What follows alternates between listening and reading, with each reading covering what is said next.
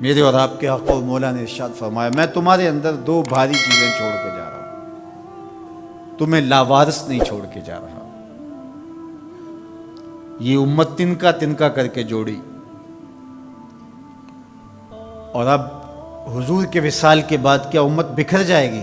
کہا نہیں، ایسا نہیں ہے۔ انا تارکن فیکم الثقلین، میں تمہارے اندر دو بھاری اور وزنی چیزیں چھوڑ کے جا رہا ہوں، جن چیزوں کو میرے حضور علیہ السلام بھی وزنی کہیں، وہ کتنی وزنی ہوں گی؟ اولہما کتاب اللہ، ان میں سے پہلی چیز اللہ کی کتاب قرآن مجید، فیہ الہدی والنور فخذوا بکتاب اللہ واستمسکوا بہ، اس میں ہدایت ہے، اس میں روشنی ہے، اس میں اجالا ہے۔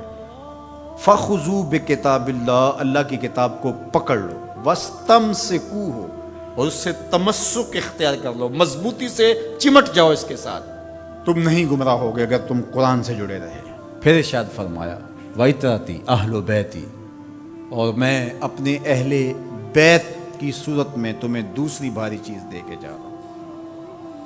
اور نصیحت کرتے ہوئے فرمایا، اذکرکم اللہ فی اہل بیتی، اذکرکم اللہ فی اہل بیتی، اذکرکم اللہ فی اہل بیت، میں اپنے اہل بیت کے بارے تمہیں اللہ سے ڈراتا ہوں۔ ایک بار نہیں، دو بار نہیں، 3 بار فرمایا۔ پہلے ان دو کو الگ کر کے مخصوص کیا، یہ کافی تھا۔ ان کو بھاری کہا، اس سے اہمیت کو 4 چاند لگ گئے۔ اور پھر اذکرکم اللہ، اذکرکم اللہ، اذکرکم اللہ، ایک مرتبہ کہہ دینا کافی تھا، یہ تیسری اہمیت تھی، لیکن 3 مرتبہ کہہ کے کس احتیاط کے مرتبے پہ رکھا اہل بیت کو کہ کہیں تمہاری زبان معمولی سی لغزش بھی نہ کھا جائے، دیکھنا کہ میری اطرت کون ہے، ان کو نسبت کس سے ہے۔ ان دو کے دامن کو مضبوطی سے پکڑ لو، میں محمد ضمانت دیتا ہوں کہ تم کبھی بھی گمراہ نہیں ہو۔ لن تضلوا بعدی ابدا، تم کبھی بھی گمراہ نہیں ہو سکتے۔ میرے تو حضور نے ضمانت دی تھی کہ تم کبھی بھی گمراہ نہیں ہوگے، اور یہ امت 72-73 فرقوں میں بٹ گئی۔ حضور نے تو کہا تھا تم کبھی بھی گمراہ نہیں ہوگے، تو یہ 72 اور 73 فرقوں میں کیسے بٹ گئے؟ تو حضور نے ضمانت اس شرط پہ دی تھی کہ ان 2 چیزوں کو مضبوطی سے تھام لو، تم کبھی بھی گمراہ نہیں ہوگے۔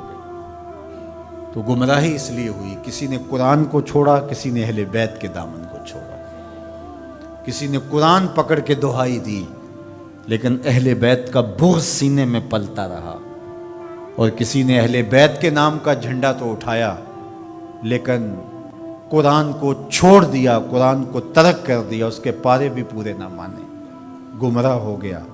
اسے مبارک ہو جس کے ایک ہاتھ میں قرآن ہے، ایک ہاتھ میں اہل بیت نبوت کا دامن ہے۔ دونوں کو مضبوطی سے تھام لو گے، کبھی بھی گمراہ نہیں ہوگے۔ قرآن تھیوری ہے اسلام کی، اور اہل بیت نبوت پریکٹیکل ہے، عملی مشق ہے۔ دوسری بات ارشاد فرمائی، میرے اہل بیت کی مثال حضرت نوح علیہ السلام کی کشتی کی طرح ہے، جو اس پہ سوار ہو گیا نجات پا گیا، جو پیچھے رہ گیا غرق ہو گیا۔ یہ نکلتا ہوا فتنوں کا پانی، گھروں سے فتنے، باہر سے فتنے، ممبر و محراب سے فتنے، سوشل میڈیا سے فتنے، الیکٹرانک میڈیا سے فتنے، درسگاہوں سے فتنے، دانشگاہوں سے فتنے، فتنے ہی فتنے نمودار ہو رہے ہوں گے۔ فتنوں کے سیلاب میں تمہارا ایمان، تمہارا دین، سب کچھ بہہ جائے گا، بچے گا وہی جو سفینہ آل مصطفیٰ میں بیٹھے گا۔ میری آل کی مثال حضرت نوح علیہ السلام کی کشتی پہ ہے۔ اب کنارے لگنے کا راستہ، کشتی میں تو بیٹھ گئے لیکن جانا کدھر ہے، ساحل کدھر ہے؟ تو کہا اصحابی کالنجوم فبأیہم اقتدیتم اہتدیتم، میرے صحابہ کی مثال ستاروں کی ہے، جس کے پیچھے لگو گے منزل مراد پا جاؤ گے، ساحل مراد تک پہنچو گے۔ کشتی میں بیٹھ گئے ہو، سلامتی ہے، نظر ستاروں پہ رکھو۔ جو ستاروں پہ نظر تو رکھتا ہے لیکن کشتی پہ نہیں بیٹھتا، اپنے بازوؤں پہ اعتماد کرتا ہے، مجھے نہیں ضرورت، تو وہ کتنی دیر اس سیلاب میں تیرے گا؟ کسی تیز تھپیڑے کی نظر ہو جائے گا، جاں گواہ بیٹھے گا، ایمان گواہ بیٹھے گا۔ اور جو کشتی میں تو بیٹھ جاتا ہے، کہتا مجھے ستاروں کی ضرورت نہیں ہے، تو وہ گھومتا رہے گا ان تھپیڑوں اور ان بھنوروں کے اندر، منزل مراد اس کو نصیب نہیں ہوگی۔ تمہیں مبارک ہو، تم اہل بیت کی محبت کی کشتی میں بیٹھے ہو، نظر ابو بکر و عمر پہ ہے، نگاہیں عثمان و علی پہ ہیں، نظریں اصحاب رسول پہ ہیں۔ یہ میری اور آپ کی خوش بختی۔ ہمیں صحابہ کا نام بھی ٹھنڈ پہنچاتا ہے، اور ہمیں حضرت امام حسین کا ذکر بھی تسکین دیتا ہے۔ جب نام حسین آتا ہے تو کربلا کا غم تازہ ہونے لگتا ہے، اور جب حضرت عمر رضی اللہ تعالیٰ عنہ اور صدیق اکبر کا نام آتا ہے سینہ چوڑا ہو جاتا ہے کہ ہم ان کے غلام ہیں۔ مولا کائنات سیدنا علی المرتضیٰ کی بات آتی ہے، روحیں سرشار ہو جاتی ہیں۔ وہ علی جن کے چہرے کو دیکھنا بھی نیکی ہے، ان کا نام بھی تسکین قلب کا ذریعہ ہے۔ تو اصحاب اور اہل بیت یہ کوئی منافات نہیں ہے، مشکات نبوت کی دو کرنیں ہیں، سینہ محمد سے پھوٹتی ہوئی ضیائیں ہیں، حضور علیہ الصلوۃ والسلام کے فیضان کے دو رنگ ہیں، گلشن محمدی کے کھلے ہوئے دو پھول ہیں۔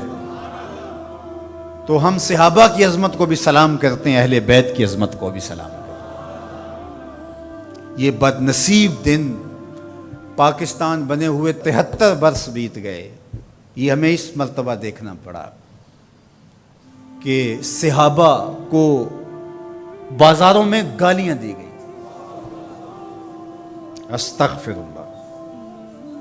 حضرت ابو بکر صدیق رضی اللہ تعالی عنہ سے لے کے حضرت امیر معاویہ رضی اللہ تعالی عنہ تک حضور کا ہر صحابی عظمتوں کا مینار ہے، رفعتوں کا بام عروج ہے، اور ان کی تعظیم اور ان کی تکریم ہماری زندگی کا حصہ ہے۔ یار صحابی تو وہ ہے جس نے حضور کی صحبت پائی اور ایمان کی دولت سے مالا مال ہوا۔